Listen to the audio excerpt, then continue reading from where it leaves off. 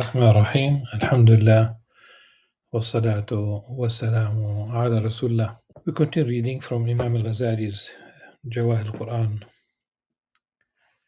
وَدُرْ, the jewels of the Qur'an and its pearls, and we are reading from the second section. We have reached Surah Al-Baqarah already.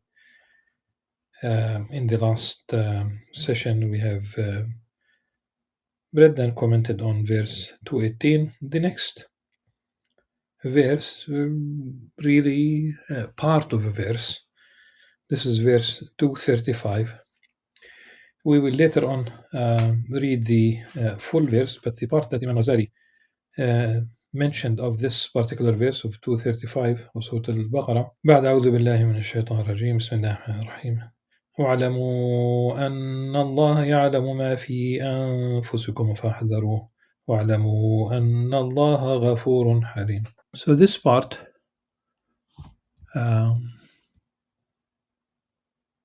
know that Allah is aware of what is in your hearts, so be aware of Him, of Allah subhanahu wa ta'ala, and know that Allah is all forgiving, most forbearing.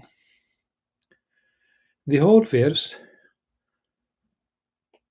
ولا جناح عليكم فيما عرضتم به من خطبة النساء أو أكننتم في أنفسكم علم الله أنكم ستذكرونهن ولكن لا تواعدوهن سرا إلا أن تقولوا قولا معروفا ولا تعزموا عقدة النكاح حتى يبلغ الكتاب أجله واعلموا أن الله يعلم ما في أنفسكم فاحذروه واعلموا أن الله غفور حليم. There is no blame on you for subtly showing interest in divorced or widowed women, interest in women, but of course the context it says divorced or widowed woman, and we'll look at the wider context. For hiding the intention in your hearts, Allah knows that you are considering them for marriage, considering them, mention them, of course, for marriage, but do not make a secret commitment with them. You can only show interest in them appropriately, alluding, as I will explain. Do not commit to the bond of marriage until the waiting period expires. Know that Allah is aware of what is in your hearts, so be aware of Him, and know that Allah is all forgiving, most forbearing. A reminder that Imam Ghazali, when he mentions these jewels or these pearls, he does not provide an explanation why he chose these. So our comments or reading hopefully will provide an opportunity to understand why he chose or the importance of these verses. The wider context before and even after this particular verse, one, if we go not the immediate one before, because it's about widows, the one, let's say if we talk about 232, when you divorce women, وإذا طلقتم النساء فبلغن أجلهن فلا تعضلوهن أن ينكحن أزواجهن إذا تراضوا بينهم بالمعروف. When you divorce women and they have reached the end of their waiting period, do not let the guardians, do not let the context obviously, they prevent them from remarrying their ex-husbands if they come to an honorable agreement. And the verse continues really that this is enjoined on whoever has faith in Allah subhanahu wa ta'ala and the last day.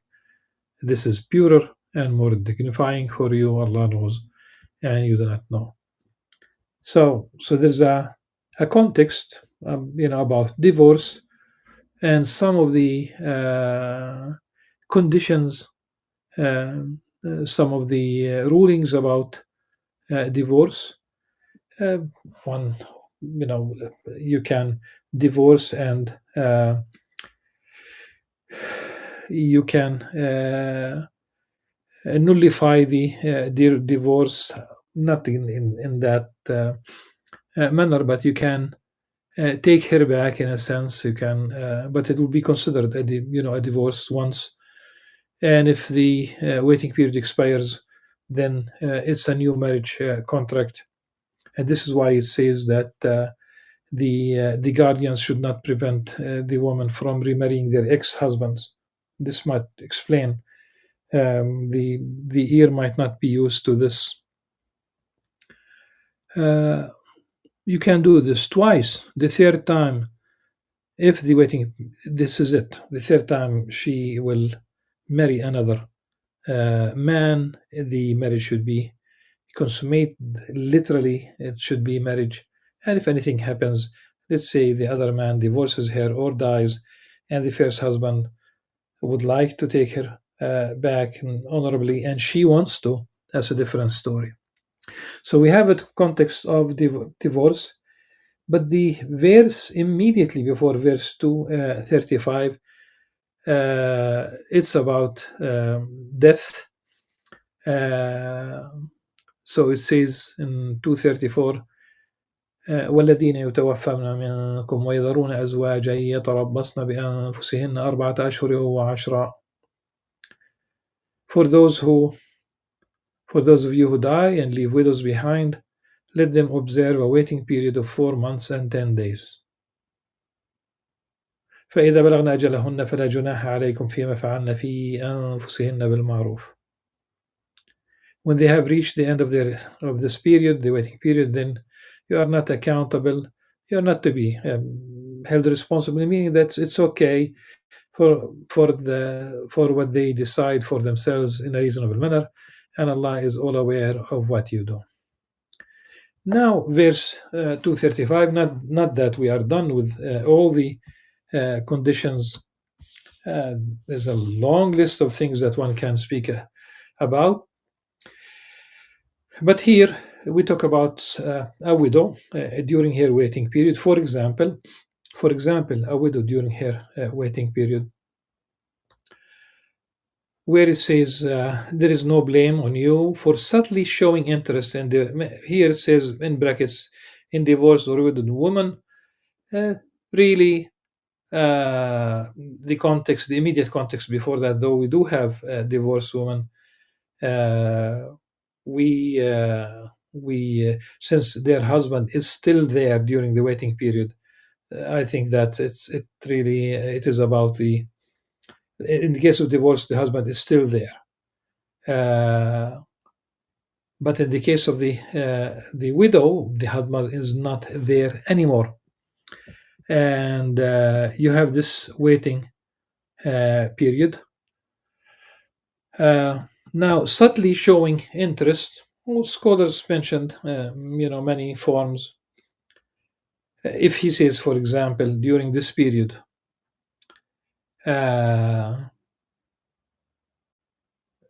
if he says, I would like to get married, and if he says, I would like to marry a woman, and he describes, for example, certain personality traits that she would understood that he is interested in her. But he should never basically ask for her hand. He should not ask her to commit herself. He should not basically get her to pledge that she will not marry anyone except himself. He should not initiate a formal ask for her hand, from her family, guardian, father if he's still there, whatever. So it's only alluding to his interest and nothing more. Some people might talk about the 4 months and 10 days. Why this period? If we say it's only to make sure that she is not pregnant, the answer will be immediately, how about a lady who is beyond the age of of pregnancy. Definitely, she will never be pregnant again, except that if Allah Subhanahu wa Taala wills something, it will happen. But the it could be a marriage for companionship, and it's not really for offspring. Uh, okay, and one might say, okay, then we can have a pregnancy test. Uh, if it's negative, then we are, this is it. No, this is not as simple as that. One thing is that the pregnancy test could be false. That's one thing. I'm not really undermining medicine, or you might say, okay, we can repeat the test, or there could be 1 month when she will have her period again if she's still a woman in the age of having a period, and she still can um, become pregnant. To explain this, I would like to mention a story. It is still there up there up on the I think on CNN. An American couple. The she They were married for 3 decades, a little bit more probably in this story.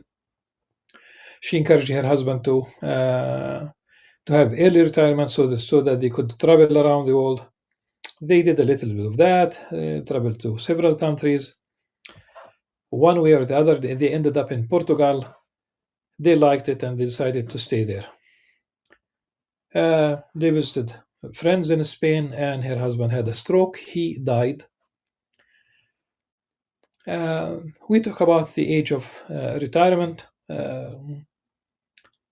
So they are not young, and there's nothing in this story at all about getting married again. But there's something that I would like to share with you. She said that she wanted to honor the memory of her husband by maintaining that state of sadness. Obviously, she's, uh, uh, I can say, obviously, maybe not. Okay. Uh, she could be a Christian, and she does not have many, like this waiting period does not exist really. But she decided she wants to honor the memory of her husband. You spend decades together, you don't jump and just get married. Even if you are old, there's no possibility of pregnancy. You just don't get married overnight. I think this is the best way to explain it through this story. No, do not basically uh, uh, meet with them. This is a woman that you can marry, whether she's a widow or a divorced woman or a young single woman. There's no secret, no no meetings in private. No, here in private it means that in isolation, in the sense of there is a possibility that no one can open the door, or you are in somewhere in a forest, away from people. That should not be if it's in the case of a widow, she shouldn't be out. It's a metaphor. I hope that people will understand. It's not. She should not be out. I mean, she can tend to her affairs if she needs to go to a physician. If she is responsible for her children working, that's a different story. But she should not be going to weddings or what have you. No meetings in privacy. No commitment in the sense of to marriage. until she reaches the end of her waiting period. The part that Imam Ghazali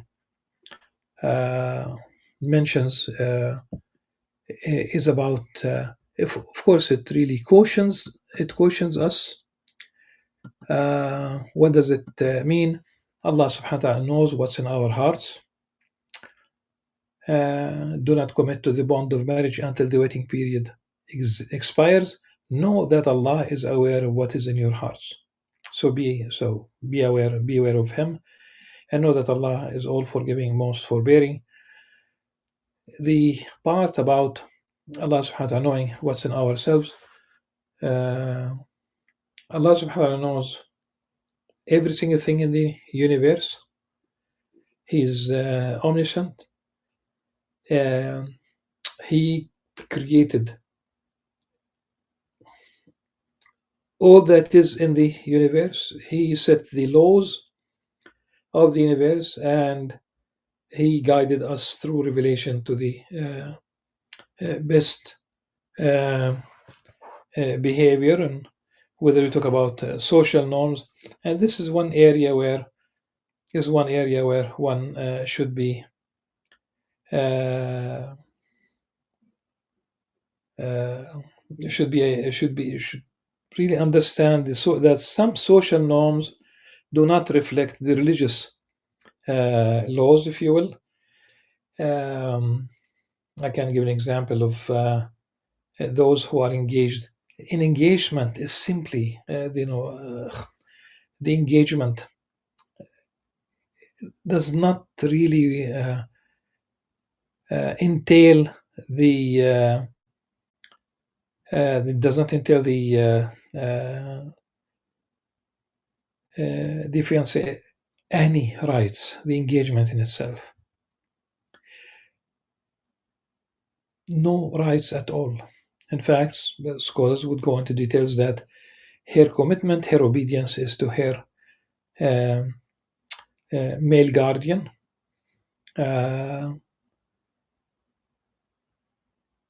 not to her husband until the marriage is consummated. And people should understand this. If they end up in isolation and they annul the marriage, literally, he would divorce her, then she's entitled for half the dowry, simply because of being in isolation, khalwa. So there are certain things, there are certain norms, but the new norms today, before even engagement, they go out, and the engagement without without the marriage contract, without عقد nikah, they behave as if they are married. That's absolutely haram. And once they have عقد nikah, if the norms mean, so it depends on the norms. Technically, she is his wife, but they should wait and not consummate the marriage until the wedding. The nikah is one thing, the wedding is another. One might say, why? I know of a case. A woman once asked me, maybe like 25 years ago, her son was engaged, but he had عقد nikah, and he had a car accident or something, and he died. You don't want to end up pregnant.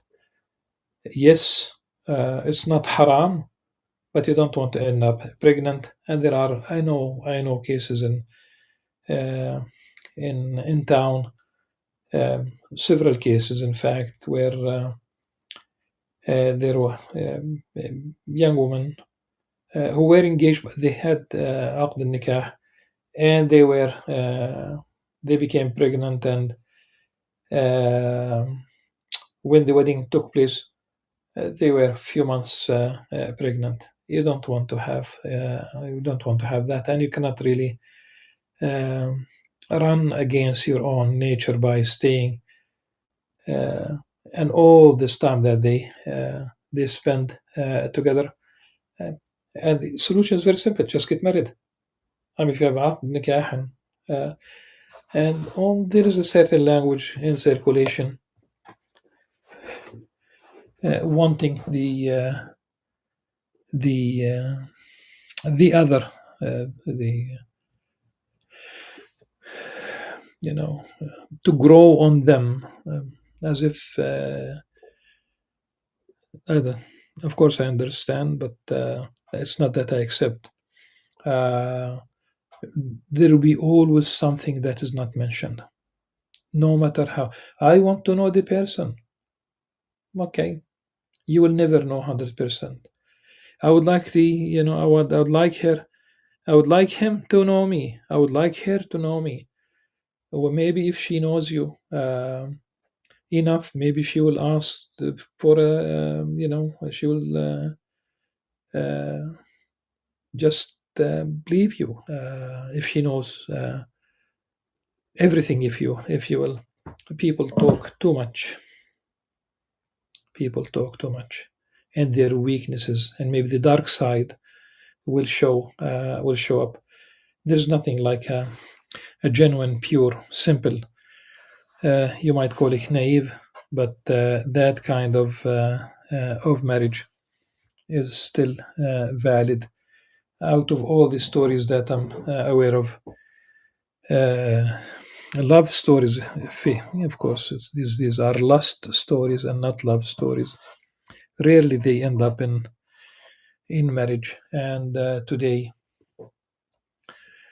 uh, more than half marriages in Palestine end up in divorce, and I should qualify newly wed couples. They end up in a divorce, and the reason for this is, of course, the it's not about the family, meaning it's not about establishing a family, the responsibility, the education of the children, the way of life, the values, the morals, the ethics, and they concentrate about the wedding, the material aspect. I can go on and on. This is where things fail. So back to this: know that Allah Subhanahu wa Taala knows what's in your hearts, and this is in every aspect. Uh, you know, whether it's about marriage, which is legitimate, or anything else. What goes on? If it's something good that you intend to do, and not, something stops you, still it's a hasana for you. It's a good deed. If it's something negative that you intend to do and you stop yourself, you prevent yourself, you just simply exert effort. This is where jihad al-nafs comes into the picture, and you succeed in preventing yourself from doing something that is absolutely haram. It is, inshallah, a good deed for yourself to stop yourself. But if it's simply a passing idea, you don't act upon that, it is not recorded as sin. Wallah subhanahu wa ta'ala a'la wa alam. In the next reading, inshallah, we will read and comment on verses 261 and 262 of Surah Al-Baqarah, and they are about spending for the sake of Allah subhanahu wa ta'ala, with a beautiful image of the wheat stalk that